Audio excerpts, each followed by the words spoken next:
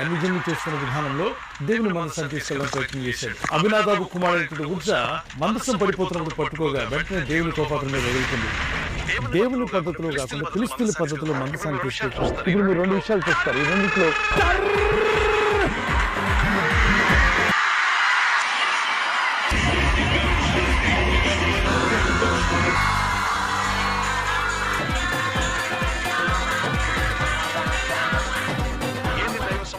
ఏది దైవ సంబంధమైందో మీరే చెప్పాలి.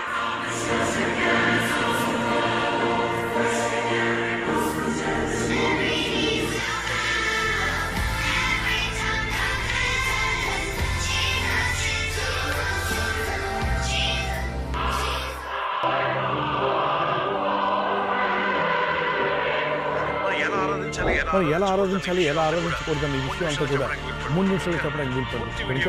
పూర్తి వీడియో వినడానికి తప్పనిసరి